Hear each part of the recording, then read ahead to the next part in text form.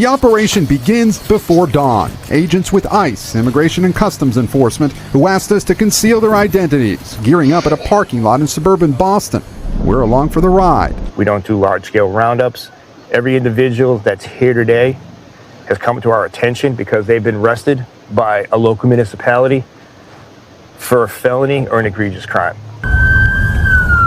So after several hours of waiting, they've just found one of their targets and we're on the move.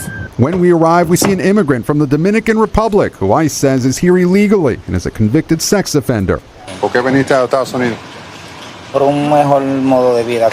He tells me he came to the U.S. for a better way of life and denies the charges against him. He's led away in handcuffs. ICE agents had been watching this particular subject for at least a week. On this day, it took about 16 ICE agents to arrest 5 immigrants who ICE says are undocumented, have criminal records, and had been released on bail by local jurisdictions instead of being turned over to ICE, each requiring 40 to 80 hours of surveillance beforehand. Do you have enough resources to do this?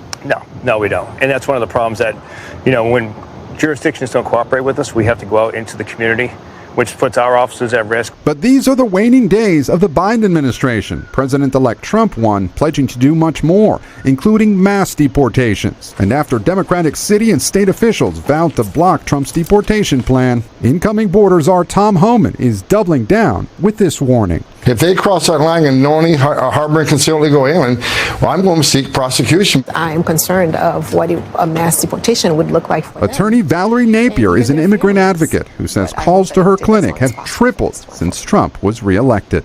What do you say to those people who voted for Donald Trump and wanted a crackdown in the immigration system? And not everyone is a criminal. We pressed ICE about its current mission.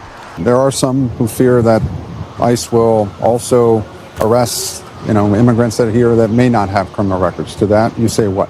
To that, what we are focused on is obviously public safety, national security threats. But then there are those too that have exhausted all legal means. In the end, they've been ordered legally removed from the United States, and we'll go ahead and effect those removal orders. 2 U.S. officials tell NBC News that even before any mass deportation plans, ICE is already facing a budget shortfall of $230 million.